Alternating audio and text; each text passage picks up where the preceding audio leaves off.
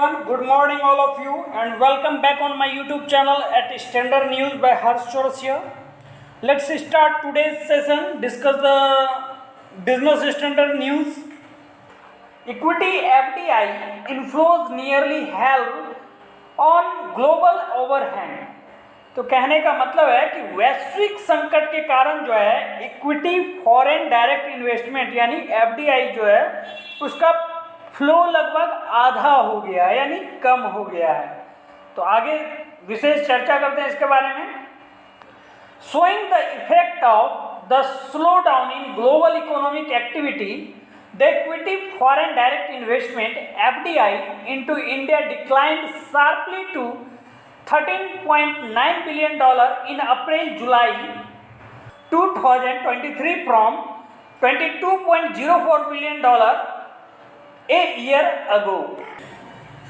तो कहने का मतलब है कि आर्थिक गतिविधियों में मंदी के कारण जो ग्लोबल इकोनॉमिक एक्टिविटी पर जो है इसका बहुत इफेक्ट पड़ा है और भारत में फॉरेन डायरेक्ट इन्वेस्टमेंट जो है एफडीआई अप्रैल टू जुलाई 2023 में तेजी से घट करके $13.9 बिलियन हो गया है, जो कि एक साल पहले $22.04 बिलियन था। आगे देखते हैं। The net FDI inflows minus outflows decline from $17.28 billion in April July 2022 to $5.70 billion in April July 2023 on account of moderating gross FDI and a rise in repatriation. Gross FDI into India moderated to $22 billion during April July 2023 from $29.6 billion ago according to Reserve Bank of India data। तो FDI equal to क्या होता है, foreign direct investment हम लोग कैसे निकालते हैं, तो inflows minus outflow equal to FDI, ये एक फार्मूला है, ठीक है।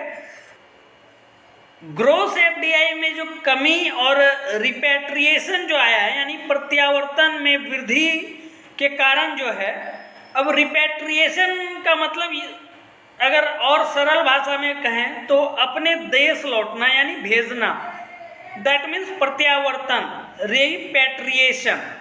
तो अप्रैल टू जून 2022 में जो है इनफ्लोज और आउटफ्लोज का जो अंतर है $17.28 बिलियन था, जो घटकर अप्रैल टू जुलाई 2023 में $5.70 बिलियन हो गया है। और रिजर्व बैंक के अकॉर्डिंग जो डाटा दिया गया है वो अप्रैल टू जुलाई 2023 में ग्रोस एफडीआई जो है $22 बिलियन हो गया है, जबकि एक साल पहले ये डाटा जो है $29.6 बिलियन का था। तो आगे देखते हैं। RBI state of the economic article September 2023 bulletin set the repatriation disinvestment by those who made direct investment in India rose to $13.18 billion in 4 months of the current financial year from $8.81 billion in April to July 2022।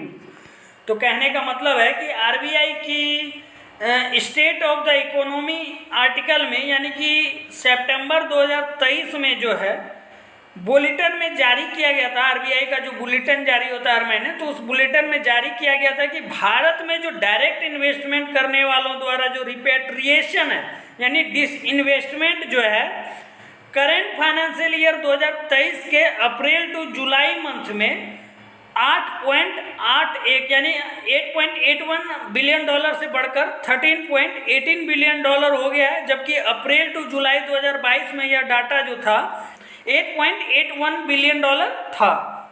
अब ये disinvestment क्या होता है, तो disinvestment को समझने से पहले हम इन्वेस्टमेंट के बारे में समझते हैं। इन्वेस्टमेंट कहने का मतलब अगर इंडिया का कोई पर्सन कोई एसेट्स खरीदता है तो उसके हाथों से क्या होगी, लिक्विडिटी निकलेगी यानी कैश निकलेगा। बट डिसइन्वेस्टमेंट में क्या होता है, ठीक इसके विपरीत होता है, यानी कि हमारे एसेट्स हमारे हाथों से चली जाती है और हमारे हाथों में लिक्विडिटी यानी कैश आता है।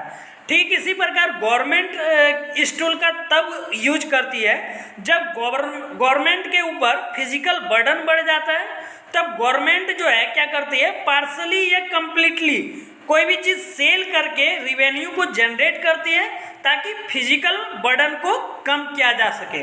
तो जिसको एक शब्द में अगर बोलें तो विनिवेश इसको बोल सकते हैं, विनिवेश। ठीक है, आगे बढ़ते हैं।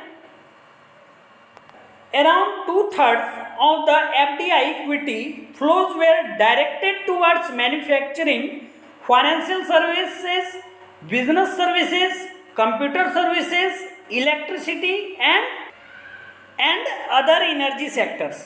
तो अराउंड 2/3 जो है, लगभग 2/3 जो है FDI इक्विटी फ्लोज जो आते हैं हमारे भारत में, तो डायरेक्ट जो है manufacturing, financial services, business services, computer services, electricity and other energy sector से ही डायरेक्टेड जो है FDI का फ्लो जो है भारत में आता था।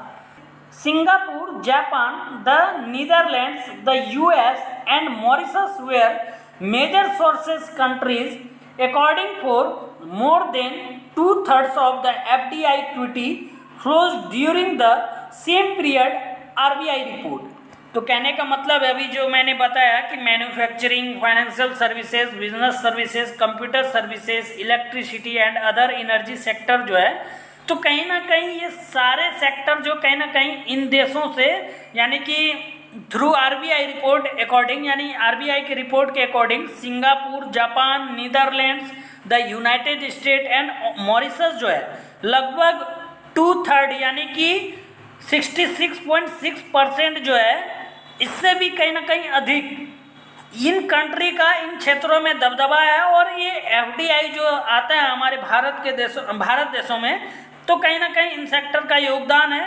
और मोर देन 2/3 इक्विटी FDI जो है इन सभी देशों का ही है। High frequency indicators point to some loss of momentum in global economic activity in the third quarter of calendar 2023 and divergent paths across geography. The outlook was complicated by structural shifts in the global economy amidst unusual uncertainty। असमान अनिश्चितताओं के बीच जो है वैश्विक पूर्व अर्थव्यवस्था में structural shifts यानी कि सकारात्मक बदलावों से जो आउटलुक जो है वो कॉम्प्लिकेटेड हो गया था, यानी दृष्टिकोण जो है जटिल हो गया था।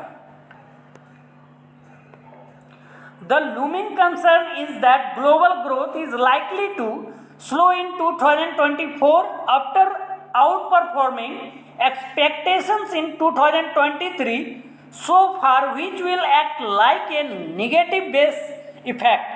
तो कहने का मतलब है कि बढ़ती चिंता यह है कि 2023 में अब तक की उम्मीदों से बेहतर प्रदर्शन करने के बाद जो है 2024 में ग्लोबल ग्रोथ यानी कि वैश्विक विकास जो है स्लो होने का एक्सपेक्टेशन है, और जो कि निगेटिव इफेक्ट की तरह काम करेगा।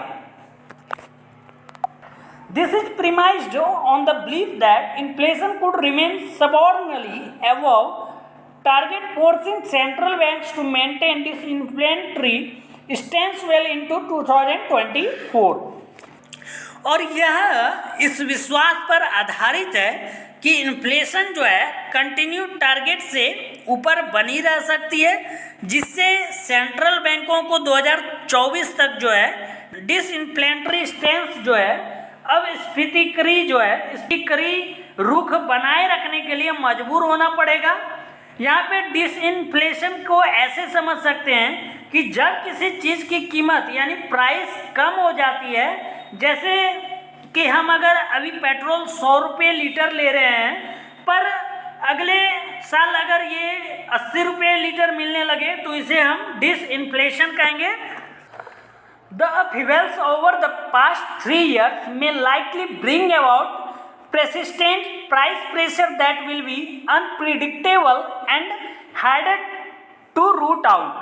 तो कहने का मतलब है कि पिछले 3 वर्षों में हुई उथल पुथल के कारण, अपहीवल्स का मतलब होता है उथल पुथल, तो उसके कारण जो लगातार प्राइस प्रेशर जो है हो सकता है कि जैसे कि मैंने बताया कि 100 रुपये का पेट्रोल अगर 80 का मिलने लगे तो क्या होगा, यानी लोग कम पैसों में ज़्यादा चीज़ें खरीदेंगे, पैसों का वैल्यू बढ़ेगा और प्रोडक्ट का वैल्यू क्या होगा, डाउन होगा, जिससे इकोनॉमिक कंडीशन बिगड़ सकता है। और ऐसा होता है तो संभालना जो है बहुत ही मुश्किल हो जाएगा अर्थशास्त्रियों के लिए, इकोनॉमिस्ट के लिए। और इस तरह का जो प्रेशर जो है अनप्रिडिक्टेबल होगा, यानी अप्रत्याशित होगा, जिसे जड़ से ख़त्म करना किसी भी गवर्नमेंट के लिए बहुत ही कठिन हो जाएगा। तो आज के वीडियो में बस इतना ही, मिलते हैं अगली वीडियो में। अगर वीडियो पसंद आ रहा है तो चैनल को सब्सक्राइब करिएगा और वीडियो को लाइक करिए, और जिसको भी इस तरह की वीडियो की ज़रूरत है उनको ज़रूर शेयर कीजिए, और साथ ही बेल आइकन को ज़रूर प्रेस कीजिए ताकि इस तरह की इन्फॉर्मेटिव वीडियो आपको तुरंत इसका नोटिफिकेशन मिल सके। और मिलते हैं फिर अगली वीडियो में, तब तक के लिए धन्यवाद।